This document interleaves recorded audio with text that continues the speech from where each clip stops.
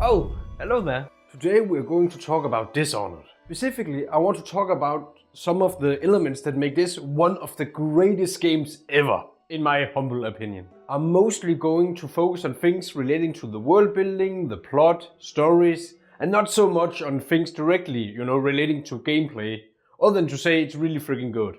And I'm also going to get a little bit into gameplay also, because I can't help myself, so.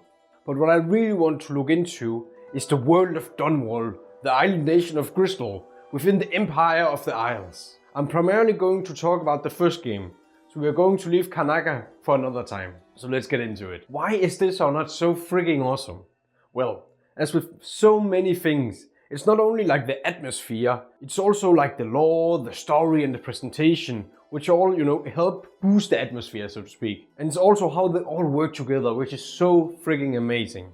Like, for example, I absolutely love the presentation of like Victorian England post-industrial revolution, where technology is powered by whale oil, where whale hunting is prevalent and rats are everywhere, with a mysterious plague going through the city. I don't want to use the word grimdark, but more like dark, grimy and like real, with magic also. Like, it's really easy to see that they got inspired by how cities were under the Industrial Revolution. And then you combine that with the mysterious dark magic of the outsider, where you play as this disgraced guardian Corvo, now turned assassin, and you get this amazing experience. So you find yourself in this dark and grimy world, with both brutal fights and intrigue, and now this dark seal on your hand. Like, come on, this is just amazing. The plot of Dishonored is basically you going on a revenge spree to save Emily, your daughter, and restore the kingdom. So that's a pretty cool premise. But what makes this so freaking amazing is that you get to explore the world and really explore it with your magic and just your exploration skills in general. And you get to creep in every nook and cranny on every map, and every map is different and cool to explore.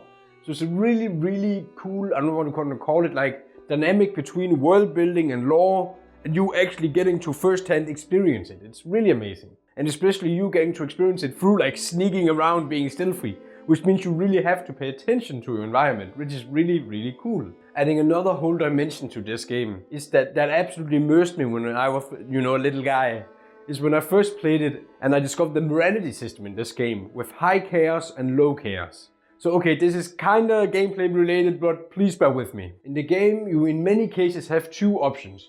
To go absolutely murder hobo, which is also easier, or you can be kind of like a pacifist, so to speak, and avoid ending your enemies. Both by avoiding them or using specific tools that are mostly more expensive than, the more murderous kind. And it's usually more of a hassle to, not choose the violent option. But by being a better human being, the world changes with you. People seem to be more at ease. There's less plague and rats and red zombies, thingies, and the actual plot and how characters treat you also change. Which also means that your assassin targets can be dealt with passively. Though you can argue that some of the pacifist solutions are more brutal than, the direct road, so to speak. I've seen people criticize the morality system for being a little bit simple and binary. But for me at least, it was so freaking cool to see how the world literally changed with your actions. And there will never be a worse punishment in a game than my man Samuel, spoilers for the end game basically, telling you that you are a bad person and then alerting everyone on one of the final maps to your presence, because he doesn't really think, you're any better than the ones you're trying to eliminate.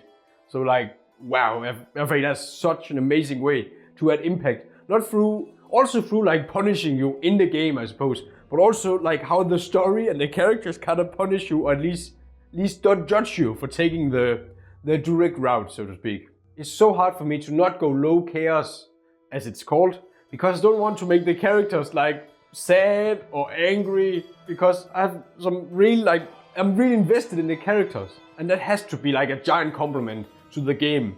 When I don't really want to hurt the characters or make them sad, because I think they're really cool. So that's really, really amazing. And that really also adds to the immersion, the world, the characters and the atmosphere. And I'm probably going to have to make another video on Dishonored.